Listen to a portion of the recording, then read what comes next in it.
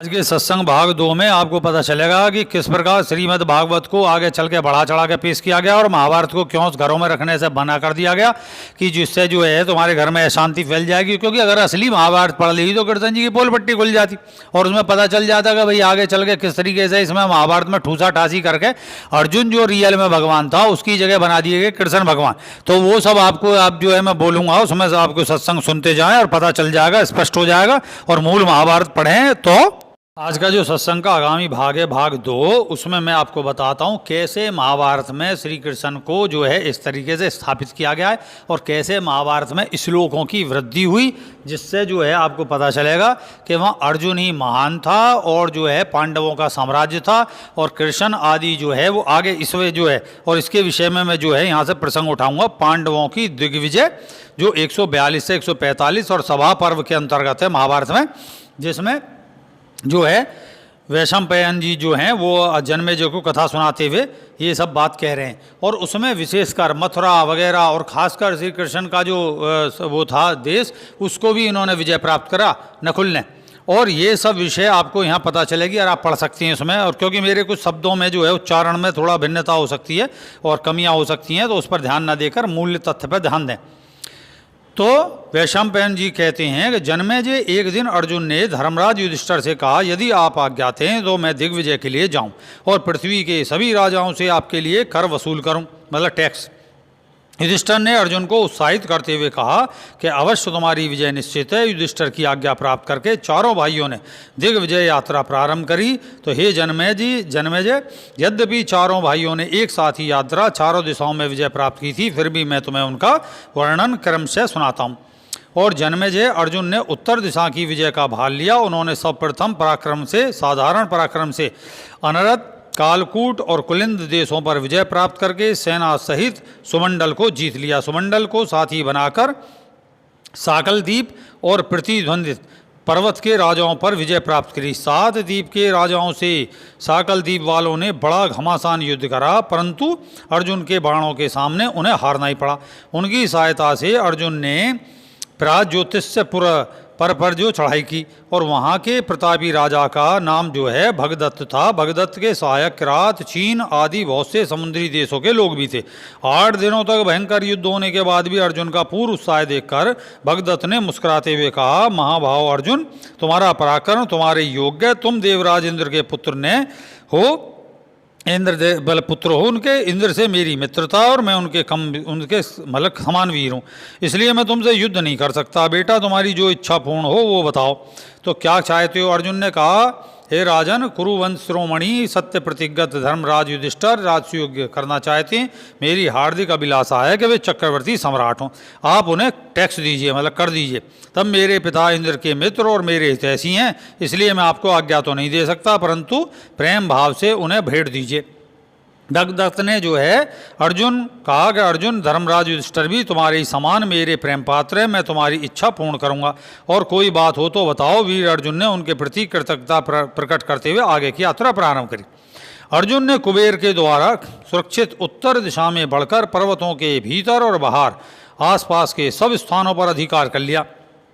उलूक देश के राजा वृंत ने जो है घोर युद्ध करके हार मानी और अर्जुन की शरण में आ गया। अर्जुन ने जो वृंत जो राजा मतलब राज्य था उसको उसी को सौंपकर सहायता से सेना बिंदु के देश पर धावा बोलकर उसे हटा दिया, वहाँ जीत लिया। क्रम से मौदापुर, वामदेव, सुदामा, सुशंकुल और उत्तर अलूक देशों के राजाओं को वश में करके पंचगणों को भी अपने वश में करा।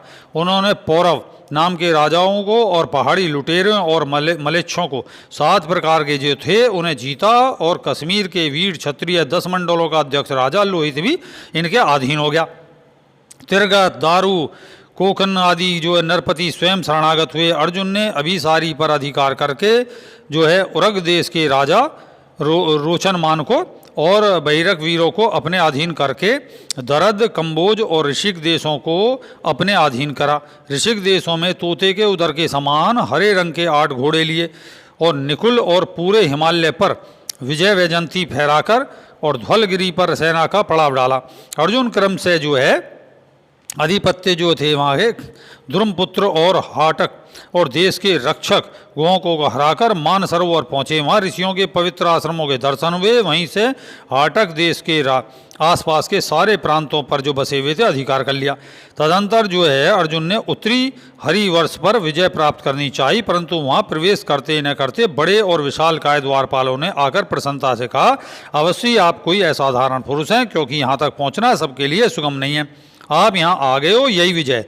यहाँ की कोई भी वस्तु मनुष्य शरीर से नहीं देखी जा सकती, इसलिए दिग्विजय की तो बात ही नहीं है। आप लोग पर हम प्रसन्न हैं, आपका कोई भी काम हो तो कर सकते हैं। अर्जुन ने हंसते हुए कहा, मैं अपने बड़े भाई धर्मराज युधिष्ठिर को चक्रवर्ती सम्राट बनाने के लिए दिग्विजय कर रहा हूँ। यदि तुम्हारे इस देश में मनुष्य का आना जाना निषेध है तो मैं इसमें नहीं घुसूंगा। तुम केवल कुछ कर दे दो, टैक्स दे दो। हरि जो वर्ष के लोगों ने अर्जुन को कर रूप में अनेकों दिव्य वस्त्र, जो अस्त्र, आभूषण, मृगचरम आदि दिए। इस प्रकार उत्तर दिशा पर विजय प्राप्त करके वीरवर अर्जुन महान चतुरंगी सेना के साथ पूरी प्रसन्नता से इंद्रप्रस्थ लौट आए। सारा धन और सारे वाहन धर्मराज युधिष्ठिर को सौंपकर उनकी आज्ञा से अपने महल में गए। तो जन्मेजय अर्जुन के साथ ही भीमसेन भी जो धर्मराज की अनुमति से बहुत बड़ी सेना लेकर पूर्व दिशा की ओर चल पड़े। और दशाणगढ़ देश के राजा जो सूर्यमान ने जो है उनके जो बिना उनके अस्त्र के भीमसेन के साथ बाहु युद्ध करा, और भीमसेन ने उसे परास्त करके उनकी वीरता से प्रसन्न होकर अब उनका अपना सेनापति बना लिया भीमसेन ने उन्होंने क्रम से अश्वमेघ, पुलिंदनगर आदि अधिकांश प्राच्य राज्यों पर अधिकार कर लिया। और चिदी देश के राजा शिशुपाल से भी उन्हें युद्ध नहीं करना पड़ा। उसने संबंध के कारण राजधर्म के संदेश मात्र से ही टैक्स देना स्वीकार कर लिया। तदंतर भीमसेन ने कुमार देश के राजा श्रीनंबार और श्रीमान जो है और कौशल देश के जो स्वामी थे विरदल बल को, और अयोध्याधिपति अयोध्या के जो राजा थे धर्माधीर्घ यज्ञ को अनायास ही वश में कर लिया। तत्पश्चात उत्तर कौशल, मल्ल देश और हिमालय तटवर्ती जलोदर देश के प्रांत अपने अधीन कर लिए। काशी राज जो सुबाहु, सुपार्श, राजेश्वर क्रम से मत्स्यवय और मल्ल देश वीरों और वासु भूमि को भी अपने अधिकार में कर लिया। पूर्व देशों में मदधारा, सोमदेह व वत्स देश को भी उन्होंने अपने कब्जे में कर लिया। और भृग देश के स्वामी निषाद राज और मणिमानपुर विजय प्राप्त करके दक्षिण मल्ल और भोगवान पर्वतों पर भी अपना कब्जा कर लिया। और शर्मक और वर्मक पर जो विजय प्राप्त करने के बाद मिथिला राजा थे, मिथिलाधीश को अपने अधीन कर लिया। वहाँ से किरात राजाओं को भी अपने वश में कर लिया। और सुहा, प्रेसुहा, दंड, दंडाधार आदि नरपति अन्यासी परास्त हो गए। और गिरी वज्र से जरासंध सहदेव को लेकर केवल जो है जरासंध नंदन जो था उनका पुत्र जो इन्होंने पहले मार दिया था, उसकी जगह जो है सहदेव को इन्होंने वहाँ बैठा रखा था गिरी वज्र पर। और वहाँ से उससे साथ लेकर मोदाचल के राजाओं का संहार किया।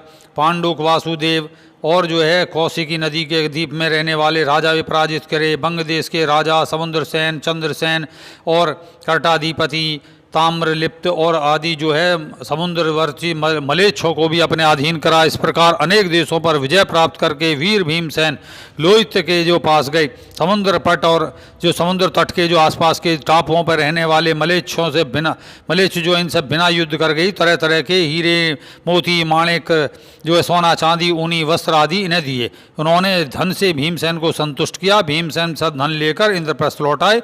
उन्होंने बड़े प्रेम से सारा का सारा धन अपने बड़े भाई धर्मराज को दे दिया। हे जन्मेजय, उसी समय सहदेव ने भी बड़ी सेना के साथ दिग्विजय के साथ दक्षिण की यात्रा करी। उन्होंने भी क्रम से मथुरा, अब यहाँ देखिए कि सहदेव ने मथुरा को जीता है। अब मथुरा किसके अधीन थी उस समय, तो ये सब देखने की बात है कि क्रम से मथुरा, मत्स्य, अधिराज के अधिपतियों को वश में करके उन्हें टैक्स और जो अपने देने का सामंत बना लिया। राजा सुकुमार और सुमित्र के बाद द्वितीय मत्स्य और जो पटचरों को जीता और बलपूर्वक निषाद भूमि, गोवर्धन पर्वत जो ये गोश्रंग पर्वत और श्रेणीमान राजाओं को अपने वश में कर लिया। नर राष्ट्र पर विजय प्राप्त कर लेने के बाद कुंती भोज जो इन्हीं के जो है मतलब वो थे कुंती के पिताजी, कुंती भोज पर आक्रमण किया। उन्हें शहर धर्मराज का शासन स्वीकार कर लिया उन्होंने। इसके बाद सहदेव नर्मदा की ओर बढ़े और उधर उज्जैन के प्रसिद्ध वीर विंद और जो है अनुविंद को हराकर वश में कर लिया। नाटकीय और जो है हैरम्बकों को परास्त कर मारुद और मुजाफर धाम पर अधिकार कर लिया। उन्होंने क्रम से अरम्बुज और वातराज और पुलिंदों को हराकर पांड्युक नरेश जो विजय प्राप्त करी, वहाँ पे किष्किंधा के मैद और द्विविद को जीता। महिषाधिपति जो है वहाँ धावा बोला। भयंकर युद्ध के बाद महाराज नील जो थे उस समय, जो नील जो है नल नील जो थे उस समय से, महाराजा नील को उनके कर सामंत बना दिया, आगे हरा के उन्हें आगे बढ़कर त्रिपुर रक्षक और पौरेश्वर को अधीन करा। सौराष्ट्र के स्वामी कौशलाचार्य आकृति पर विजय प्राप्त करके भोजकट के रुक्मी और निषाद के जो है निषद के जो है भीष्मक जो के दूत पास भेजा, उनके पास भेज दिया। उन लोगों ने कृष्ण के संबंध के कारण बड़े प्रेम से सहदेव की आज्ञा मान ली। अब कृष्ण के संबंध के कारण क्या है, ये ठूस आ गया यहाँ कृष्ण के संबंध का, क्योंकि उन्होंने देख लिया कृष्ण जी खुद उनके पक्ष में, तो भाई जो है इन्हें आज्ञा मान ली। तो वो जी लड़ने जा रहा है तो वो तो जो है फिर आ जा लड़ ले, बस वो सबको हराता हुआ जा रहा। वहाँ से चलकर जो है सूरक, ये सुपार्क और तालकटक, गंडक, ये दंडक और समुद्री टापुओं पर अपने अधीन करते हुए मलेच्छ, निषाद, पुरुषवाद और करण, प्राकरण आदि काल मुख संज्ञक पुरुष और राक्षसों पर विजय प्राप्त करी। कोलाल चल और सुरभि पट्ट और ताम्रदीप और राम पर्वत उनके वश में हो गए। राजा तमिलंग और जंगली केरल, एक पैर वाले मनुष्य और तथा संचेती नगरी उनके अधीन हो गई। और पाषंड और करहाटक भी जो अलग नहीं रह गए। पांडक के द्रविड़ और उंड, केरल, आंध्र और तालवन, कलिंग और उत्कृष्ण आदि और जितने भी ये जो है आठवीं पुर और आक्रमणकारी यवनों की जो राजधानी भी उनके वश में हो गई। सहदेव के ने अपने दूतों को वहाँ इस लंकाधिपति और उस समय लंका, अब यहाँ देखो सहदेव ने दूत के द्वारा लंकाधिपति के पास संदेश भेजा और उस समय विभीषण राज करते थे वहाँ। अब पता नहीं कौन से विभीषण है, फिलहाल ये विभीषण, क्योंकि अजर अमर की कथा के अनुसार विभीषण बड़े प्रेम से उन्होंने जो है इनको टैक्स देना स्वीकार कर लिया। सहदेव ने इनसे भगवान कृष्ण की महिमा समझी। अब यहाँ है देखो ये ठूस दिए यहाँ पे कि महादेव जो है सहदेव ने उनसे भगवान कृष्ण की महिमा समझी। अब महिमा क्या समझी, खुद मथुरा वथुरा सारा जीतता हुआ चला रहा है सहदेव, और सभी स्थानों पर उन्हें अनेक प्रकार की वस्तुएं उपहार के स्वरूप में प्राप्त की, दे दी उन्हें, और सब प्रकार को लेकर अपने सामंत बना के उन्हें शीघ्रता से बुद्धिमान जो थे वासु जो सहदेव और जो है इंद्रप्रस्थ लौट आए और सारी वस्तु धर्मराज को सौंप कर सुविधापूर्वक इंद्रप्रस्थ में रहने लगे। हे जनमेजय, नकुल ने भी उसी प्रकार भारी भरकम सेना लेकर पश्चिम दिशा की विजय के लिए प्रस्थान किया और जो स्वामी कार्तिकेय के प्यारे धन धान्य गोधन आदि से परिपूर्ण रोहतक आदि देशों में वहाँ के जो मत्यमूर जो है शासकों के साथ उनका घोर संग्राम हुआ। अंत में नकुल ने मरुभूमि, सैरिष्क और अन्न के भंडार मयतक देशों पर पूर्ण अधिकार कर लिया और राज ऋषि आक्रोशक को वश में करके और दशाण और जो शिबी और तिरगत और अम्बष्ट और जो मालव और पंच करकट और जो है मध्यक और वाड़धान और द्विजों को जीत लिया। वहाँ से लौटकर पुष्कर वन के निवासी जो है उत्सव जो है संकेतों को और सिंधुवर्ती गंधर्वों को और सरस्वती जो तट निवासी रहने वाले शूद्रों को और आभीरों को वश में कर लिया। संपूर्ण पंचानंद अम्र जो अमर पर्वत था और उत्तर ज्योतिष दिव्यकट नगर और द्वारपाल उनके अधीन क्षेत्र में आगे पश्चिम के रामठ और हार और हुण आदि जो राजा नकुल की जो है आज्ञा मात्र से उनके अधीन हो गए। अब यहाँ पे आ गया, देखो यहाँ देखो, द्वारकावासी यदुवंशी, यहाँ देखने की बात है। द्वारकावासी यदुवंशी और श्री कृष्ण ने बड़े प्रेम से नकुल का शासन स्वीकार किया। ये है यहाँ है। अब देखो तो झटका लगेगा कि द्वारकावासी यदुवंशी और श्री कृष्ण ने बड़े प्रेम से नकुल का शासन स्वीकार किया और नकुल के मामा जो शल्य भी प्रेम से उनके अधीन हो गए। प्रेम से ना, उनके बाहुबल को देखकर, उनकी सेना को देखकर, उनके युद्ध कौशल को देखकर सब अधीन होते चले गए। तो सबसे धन रतन की भेंट लेकर नकुल ने समुद्र के टापुओं में रहने वाले भयंकर मलेच्छ और पर्वतर बर्बर, किरात, यवन और जो है शंकर राजा थे उनको वश में किया। सभी से सुंदर सुंदर वस्तुओं की भेंट लेकर वे खांडव प्रस्थ लौट आए और नकुल ने कर और उपहार में मतलब टैक्स के जो उपहार में धनराशि प्राप्त की थी 10,000 हाथी बड़ी कठिनता से ढो सकते थे। इंद्रप्रस्थ में आकर उन्होंने वरुण द्वारा सुरक्षित और श्री कृष्ण, अब यहाँ ठूस आ गया, श्री कृष्ण अधिकृत पश्चिमी दिशा की जीत का सारा धन उन्हें अपने बड़े भाई युधिष्ठिर को सौंप दिया। अब ये यहाँ समाप्त होती है बात। तो अब तुम्हें कई जगह दिख गया कि एक जगह नकुल ने अपने मामा और कहीं जो है उन्होंने कुंती भोज, मतलब जो अपने जो है कुंती भोज थे जो उनके पिताजी के साथ, मतलब माँ के पिताजी नाना, ये सब जीत डाले और खासकर द्वारिकावासी यदुवंशी श्री कृष्ण से बड़े प्रेम से नकुल का शासन स्वीकार कर लिया। रह कहाँ गया ये मामा फूफी के, तो ये तो उनके यहाँ आते जाते रहते कृष्ण। जब कृष्ण जी आवे जावे तो सम्मान देते थे। भाई युद्ध के नीति निपुण थे और इन्हें हमेशा सदा जो इनकी सभा होती थी उसमें कभी भी नेगेटिव विचार नहीं रखते थे, हमेशा पॉजिटिव विचार रखते थे। जब कोई पॉजिटिव रखेगा, तुम ही हो, तुम्हारे परिवार में कोई बाहर का पड़ोसी हो या कोई भी चीज़ हो, पॉजिटिव विचार की थिंकिंग देवे तुम्हें, तो तुम्हें हमेशा रहेगा। और मैंने पहले ही बता दी, नर नारायण थे, अर्जुन नर था और कृष्ण नारायण थे। समान बली, भौतिक बल और आध्यात्मिक बल में दोनों समान थे।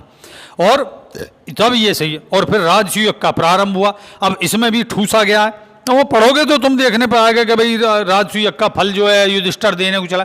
युधिष्ठिर इतना बली नहीं है। सच बात तो ये पूरा अर्जुन का खेला, सारा जाना जीता जावे वहाँ अर्जुन पहुंच जाता। अगर नकुल सहदेव या भीमसेन पे कहीं विजय प्राप्त ना होती तो वहाँ अर्जुन पहुंचता और अर्जुन को परास्त करता। उस समय समाज, दिव्य अस्त्र, सारी चीज़ें मैंने बता दी, नर और नारायण का खेल, तो वहाँ सहयोगी हैं। तो ये सब को आप जब गहराई से देखोगे तो आपको पता चलेगा महाभारत में इन कृष्ण पंथियों ने खूब ठूसे हैं, जम के जगह जगह ऐसे ठूस दिए। तो वो क्या दोबारा एक तरीके से जो लिखा गया। अब यही तो मेरा विषय है मुकदमे का कि भाई ये जो भाष्य के नाम पर ये ठूसा ठूसी है, इसको बंद करो, सही अर्थ लाओ। समझ में नहीं आता था क्या, क्योंकि हुआ क्या, बस इसमें से एक विशेष जो है वो निकाल लिया गया, कृष्ण का चरित्र, और निकाल के फिर जो पूरे गठित करी गई है वेद व्यास के नाम पे। वेद व्यास ने कुछ ना लिखा होगा, ये सब इनका ही पीछे से लिखता चलन आ रहा है और अपनी मर्जी कलम रह गई तो लिखते रहे बैठ के, बस लिख दिया उसमें। फिर मैं आगे जो बताऊंगा कि अर्जुन ने, फिर आगे बताऊंगा मैं अगले किसी उसमें भाग में जब समय अनुसार, कि अर्जुन ने बाकायदा पूरे हिंदुस्तान में जो आर्यव्रत जितना बड़ा था सनातन का, उसमें जो दिग्विजय करी, उसमें जो विवाह करे उसने, वो उसके टॉप मोस्ट विवाह थे। और कृष्ण के जो विवाह हैं वो ये लेके भग गए और वो हो गया। बहुत छोटे छोटे राजाओं की लड़कियां से ब्याह हुए थे उसके, जिनको अर्जुन और ये परास्त कर चुके। उनको रुक्मी का, जब रुक्मी वगैरह इन्होंने सबको परास्त कर चुके थे। बस उसने उनकी जो है ये सब है, रुक्मणी ले लिया। रुक्मणी हमारे यहाँ बुलंदशहर के पास में का कथन है। अब ये तो अलग अलग देशों की प्रांतिक कथा, मैं उस पर नहीं जा रहा।